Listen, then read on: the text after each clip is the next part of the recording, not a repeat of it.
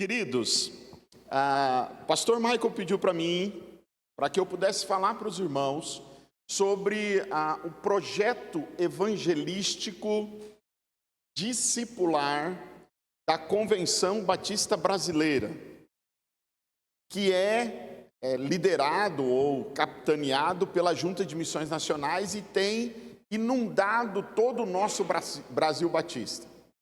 É um trabalho que é não apenas uma ferramenta, mas é uma visão ministerial, tanto precisa ser do pastor, quanto precisa ser da igreja.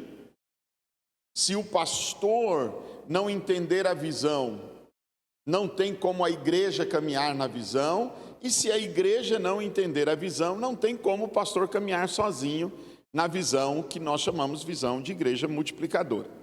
Eu quero pedir para você, eu não sei quantos aqui fazem isso, não sei se o pastor Michael faz isso com vocês, mas eu sempre tenho pedido nas igrejas aonde tenho passado, que os irmãos precisam criar o hábito de escrever a mensagem.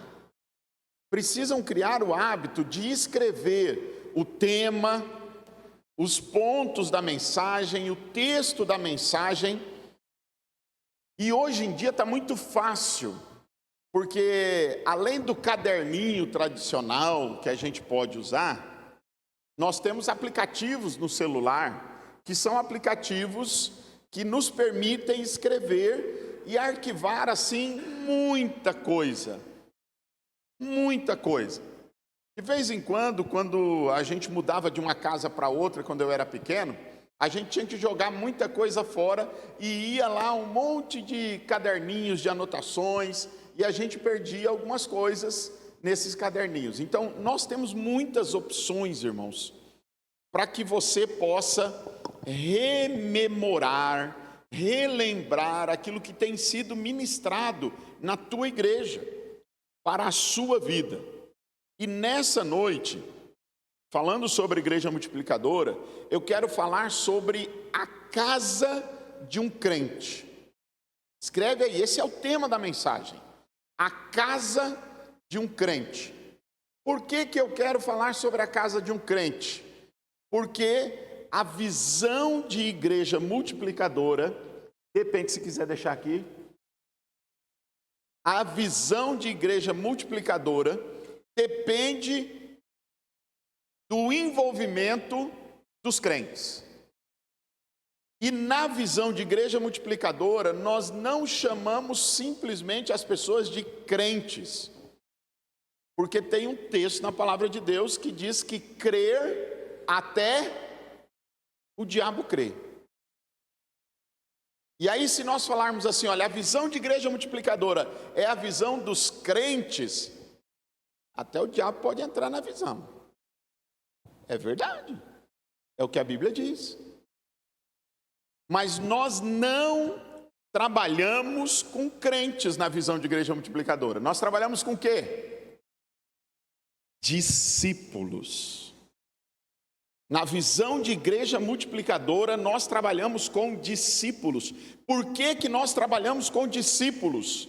Porque o discípulo é aquele que faz aquilo que o mestre faz. O discípulo é aquele que faz o que o mestre faz. E aí eu vou perguntar para vocês, o diabo faz o que o mestre faz? Então o diabo é crente, mas ele não é. Já estamos aprendendo, pastor. Alguma coisa nós vamos sair daqui aprendendo hoje, sabendo melhor hoje. O diabo é crente. Então assim, olha, nós somos crentes, irmãos. É verdade, nós cremos que Jesus Cristo é o único e suficiente Salvador. Não é mentira. Não é mentira. Mas até o diabo é crente. E na visão de igreja multiplicadora, nós estamos preocupados em trabalhar com discípulos. Porque o discípulo é aquele que faz o que o mestre faz.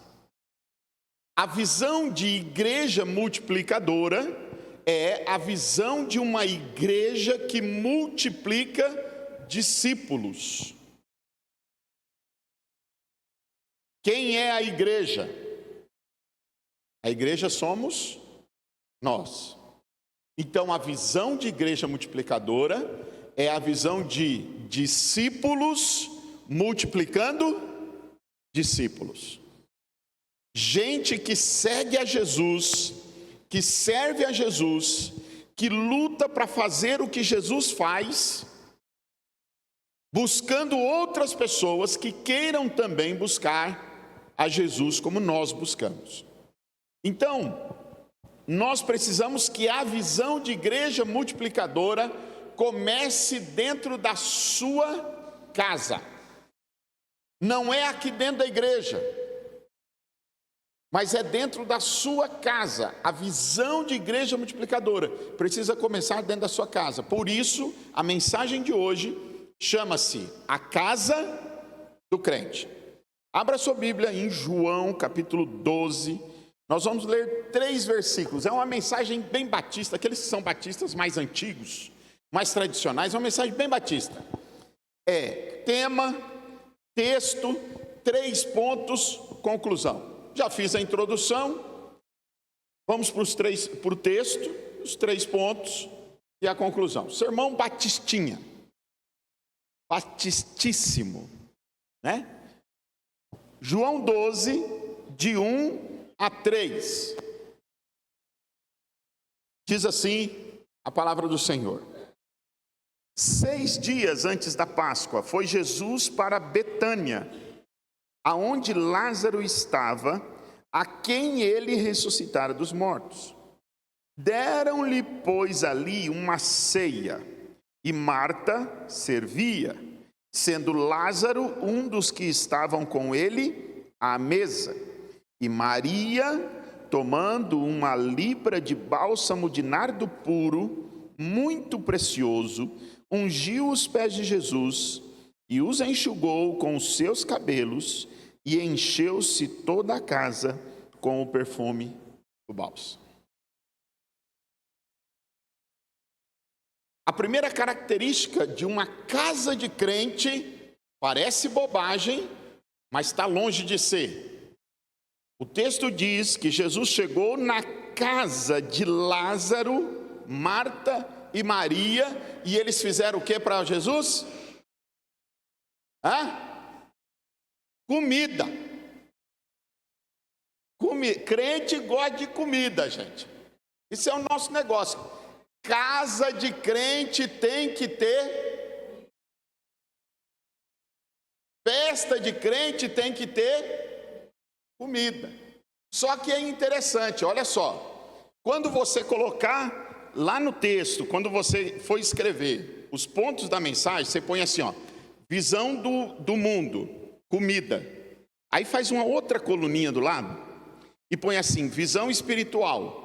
O que é a comida na visão espiritual? Espera aí, não responde não. Quando a gente está aqui no culto, celebrando, eu estive aqui no aniversário da igreja e depois teve um jantar. Aí a gente faz assim, ó, eu estou aqui convidando os irmãos. Irmãos, vai acabar o culto e nós vamos ali para trás para o nosso momento de...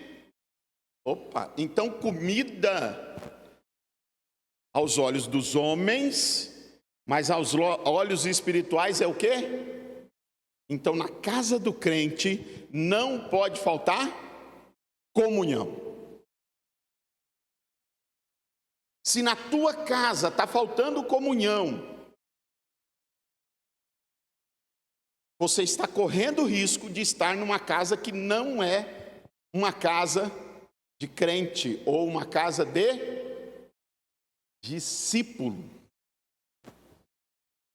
É capaz que na sua casa tem crente, mas não tem discípulo. Porque na casa de um crente que também é discípulo, a comida não é só comida. A comida para nós é o nosso momento de comunhão. A visão de igreja multiplicadora tem tudo a ver com isso. Porque nós entendemos que toda vez que o crente se reúne, ele gosta de comunhão. Amém, irmãos? Não vamos falar que a gente come, não, porque o povo fica falando mal dos crentes aí. Sabe aquela história? Crente não bebe, mas come. Não, irmãos, crente não come, crente faz o momento de isso. Então nós somos uma igreja, na visão de igreja multiplicadora, que não temos aqui crentes, nós temos aqui discípulos, e discípulos não comem, tem momento de glória a Deus. Vão aprendendo, irmãos, escreve aí para você não esquecer. O dia que alguém chegar na sua casa e começar a tirar o sarro de você e disser esse negócio de que crente come muito, crente não bebe, mas come, você fala, não, senhor, pastor Paulo, o executivo dos batistas do estado de Mato Grosso do Sul, não vale nada, mas é para dar aquele peso, né? Tem que dar o peso. Ele falou que crente não come, crente tem momento de... Então nós somos gente de muita comunhão. Glória a Deus, comunhão não nos falta. E aí não fica olhando para os que estão mais cheios não, que é falta de educação, né? Nem sempre é porque come mais, porque tem uns magrinhos que come, aspas, irmãos, não precisa escrever isso aí no seu esboço. Eu era pastor da Igreja Batista Nova Jerusalém, em Dourados. E nós tínhamos um menino que era dessa grossura, assim. Ele tinha 17, 18 anos. E um dia as irmãs da cozinha me chamaram e falaram, pastor, tem que chamar o fulano. O senhor vai ter que limitar o café da manhã dele. E aí nós combinamos e eu chamei o irmão, dessa grossura o menino. E chamamos o menino, eu e a chefe da cozinha, e falamos, meu querido, infelizmente, por amor a você, nós vamos ter que limitar o seu café da manhã. E ele, credo, pastor, mas eu espero todo mundo comer para não atrapalhar ninguém. E eu disse, meu amigo, não é questão de ter ou não ter a comida, é a sua saúde. E ele disse, pastor, como que vai ser? Eu falei, a partir de hoje, em qualquer evento da igreja, em acampamento, congresso, você só pode comer 10 pães franceses no café da manhã. Não é piada, irmãos, é sério. E o menino então, acaba aspas, para de olhar para nós, que nós não comemos. Nós temos, nós que somos gordinhos, é porque temos muita comunhão. Glória a Deus por isso. Então, a casa do discípulo tem que ter comunhão. Você quer ser uma família discipular? Na sua casa tem que ter comunhão. Tem que ter comida, gente. Tem que ter comida. Sabe aquela história que antigamente, tem algumas pessoas aqui mais antigas, tem uns mais novos que não sabem. Mas eu sou filho de pastor. Então, quando eu tinha 5, 6 anos de idade, 7 anos, a gente ia muito visitar no sítio. Eu já morava em Dourados. Meu pai era pastor da Segunda Igreja Batista em Dourados e a gente ia para o sítio. E, irmãos, era uma bênção. A gente ia para o sítio, morria 3, 4 frangos. Era uma coisa maravilhosa, uma comunhão fantástica. E aí começam a contar piada, né? Contar história de que quando o pastor vai lá em casa, a gente tem que multiplicar a comida e não sei o quê. Irmãos, é como... Então não fala mais mal do seu pastor, não. Quando ele for na sua casa, ofereça a ele momentos de... Quando um outro irmão for na sua casa, ofereça a ele momentos de...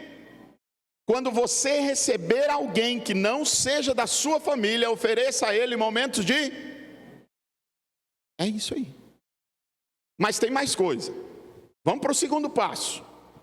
Existe uma segunda coisa que tinha lá na casa aonde Jesus estava. Jesus chega e a primeira dos 3 irmãos, que era a Marta, oferece o banquete, a ceia. Mas depois, ainda no versículo 2, o texto diz que Lázaro sentou-se à mesa com Jesus. A segunda coisa que uma casa de um discípulo precisa ter é relacionamento.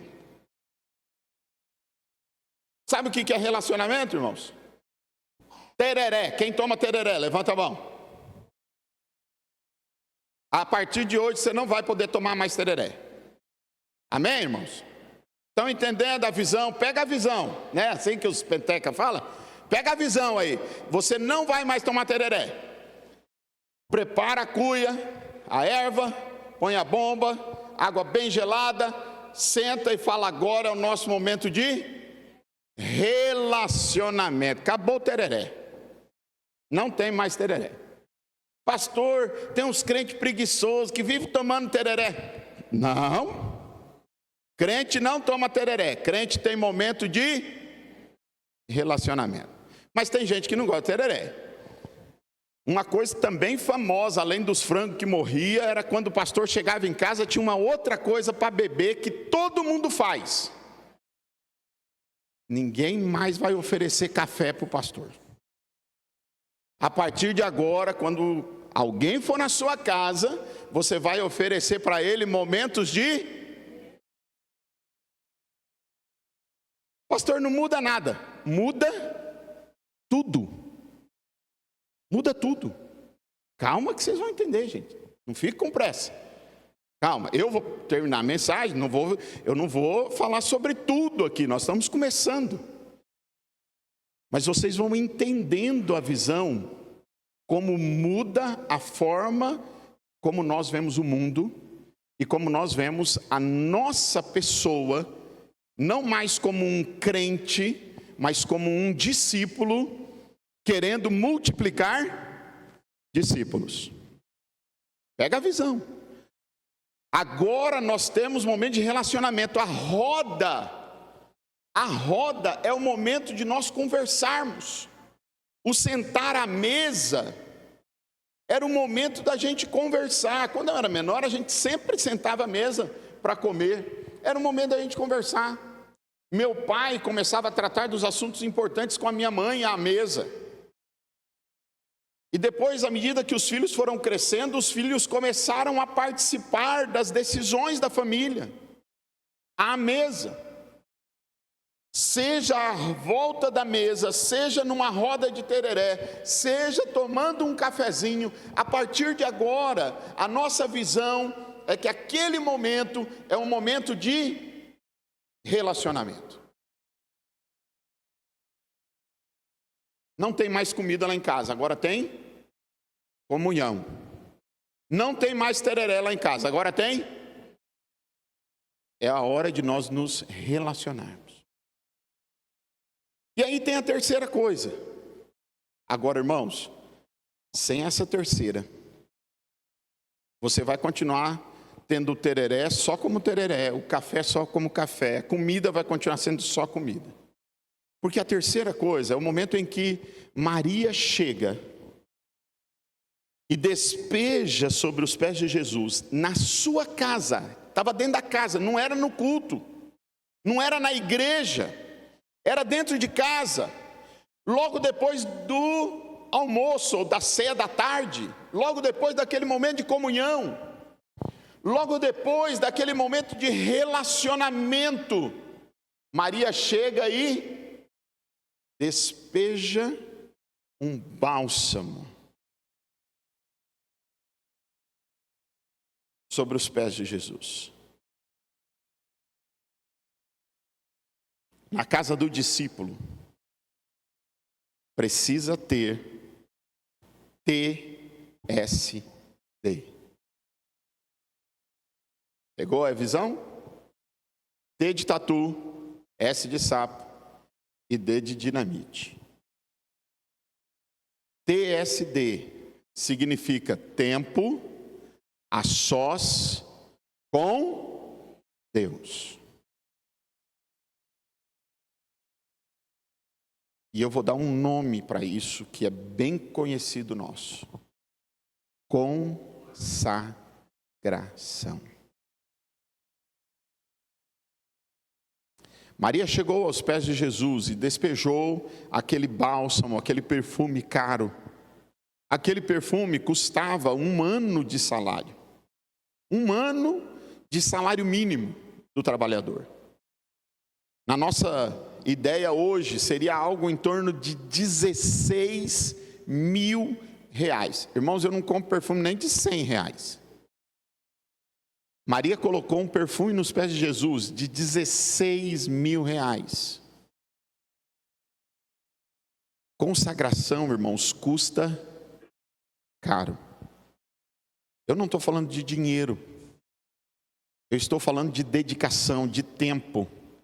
Quem sabe cada um de nós precisaremos de um ano de trabalho, de dedicação, de busca, para alcançarmos uma consagração de tal maneira que a comida não seja mais comida e que o tereré não seja mais tereré. Talvez a nossa igreja vai precisar buscar ao Senhor incessantemente, arduamente, durante um longo tempo, até que nós recebamos de Cristo a autoridade, o poder, a dinamite do Espírito Santo do Senhor. Paga-se um preço para transformar a sua casa em uma casa de discípulos que multiplicam discípulos. Para transformar a comida em comunhão, para transformar o tereré, o cafezinho, o bate-papo em relacionamento, deve-se pagar um preço. A busca do Senhor para alcançarmos os resultados na vida espiritual, no campo espiritual, o crescimento da igreja, o crescimento da maturidade espiritual. Para alcançarmos isso é necessário que todos nós estejamos dispostos a pagar um preço, e Maria pagou um preço. O preço que Maria pagou era o preço do trabalho de um ano.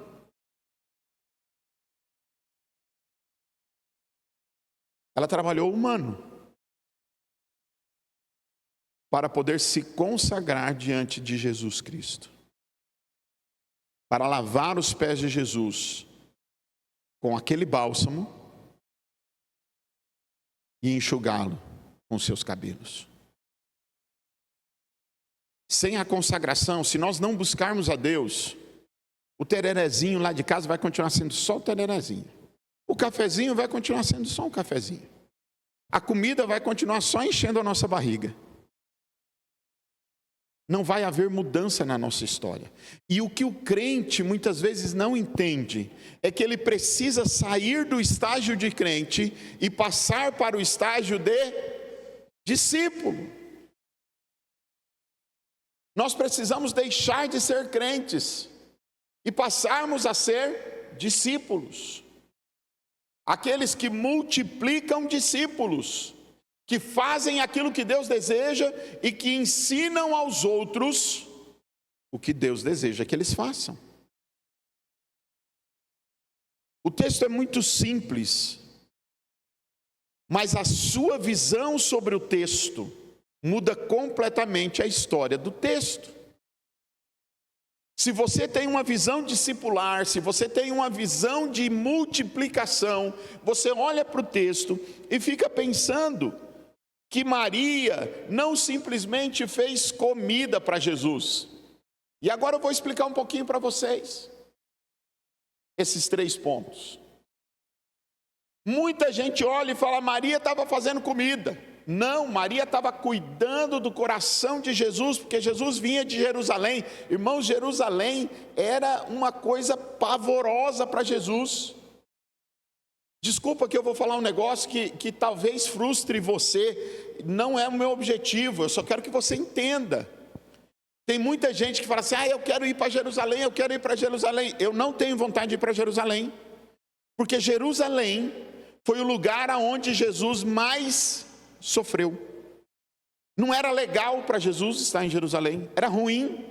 Quando Jesus estava cansado, estressado, desesperado, ele lembrava, falava assim: rapaz, lá em Betânia, 13 quilômetros daqui, 6 horas de viagem a pé, 13 quilômetros de Jerusalém, em Betânia, tem uma casa muito gostosa para mim ir, tem uma casa legal para mim visitar, tem uma comida gostosa para eu comer, tem gente legal para eu conversar. Eu vou sair de Jerusalém e vou para Betânia. Agora eu vou fazer uma pergunta para vocês.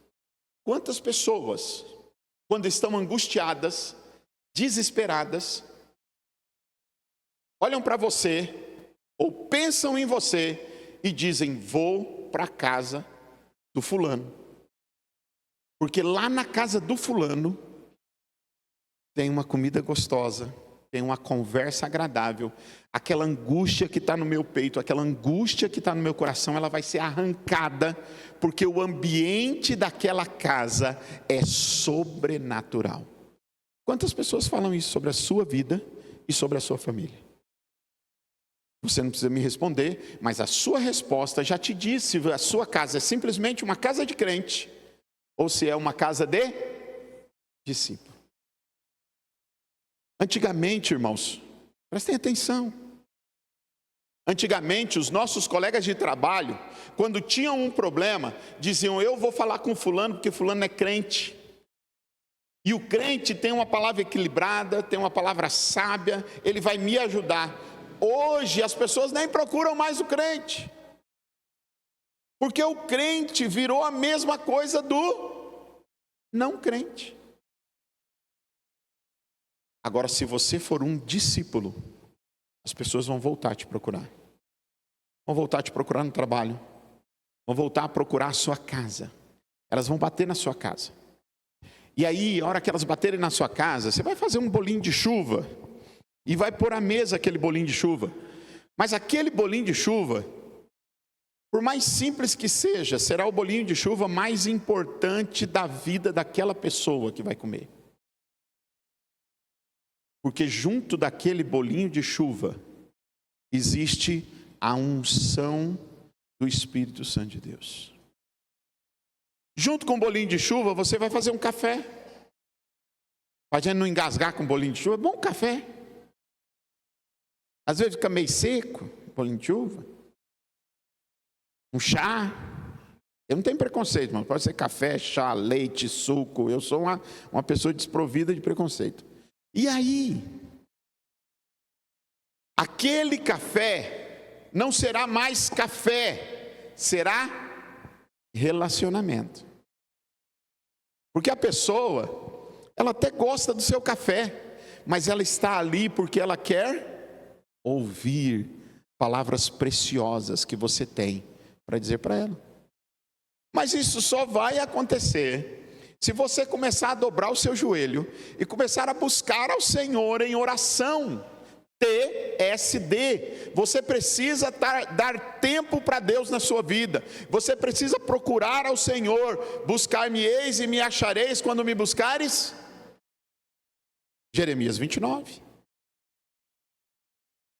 Nós paramos, nós desistimos. E aí a gente chega do culto domingo à noite e a gente fala assim: ai, mas o culto hoje estava frio, estava esquisito, estava morno.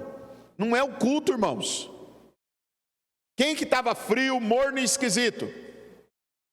É você, porque você não tem relacionamento com Deus. É você, porque você não tem comunhão com Deus. É você, porque você não tem tirado tempo para Deus. E tudo que é de Deus passa a não ter graça, passa a não ter gosto, passa a não ser mais interessante, e a gente começa a dormir no culto, porque não tem graça. Mas o problema não é a palavra, não é o pregador, não são os músicos, não é o louvor. O problema é que eu não tenho buscado comunhão, o problema é que eu não tenho buscado relacionamento, o problema é que eu não tenho buscado consagração diante de Deus. E aí eu concluo a minha palavra dessa noite, dizendo aos irmãos uma palavra que faz toda a diferença na visão de igreja multiplicadora, que une todo esse universo para transformar a sua casa em uma casa de discípulo, deixando de ser casa de crente. A palavra intencionalidade. Por que que isso muda? Porque quando eu fizer um arroz branco, eu vou fazer um arroz branco para receber o meu colega de trabalho, que vai vir aqui conversar comigo porque ele está com problema no trabalho, ou porque ele está com problema no casamento, ou porque ele está com problema para criar os filhos dele, e ele está vindo aqui procurar ajuda. E a minha intenção com aquele arroz não é encher a barriga dele, mas a intenção de eu fazer aquele arroz é ele ficar mais perto de mim, para eu poder ter tempo de falar para ele sobre Jesus. Ai, pastor, mas então eu vou fazer um arroz com segundas intenções? Não, irmão, é o contrário. Não é a segunda intenção. A intenção de falar de Jesus, do poder transformador de Jesus, do que Jesus pode fazer na vida dele, é a sua. Essa é a intencionalidade. Não é a segunda intenção, não. O arroz é a segunda intenção. Encher a barriga com arroz é a segunda intenção. A primeira é falar de Jesus. Mas aí a gente faz um suco para acompanhar o arroz. E o suco tem uma intenção. Qual que é a intenção do suco, irmãos? É poder oferecer um copo e dizer, olha, toma aí um pouquinho.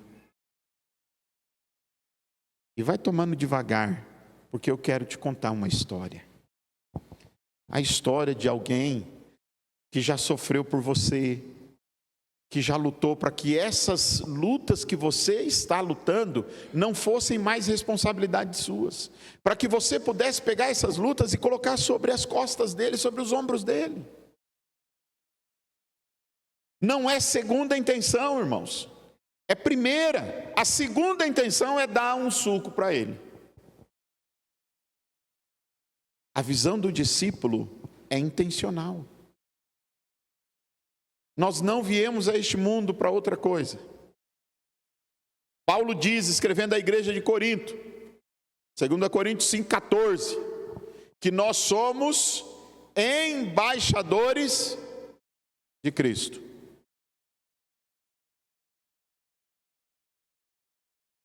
Nós estamos aqui para falar de Cristo. Nós vivemos neste mundo para anunciar o Evangelho de Jesus.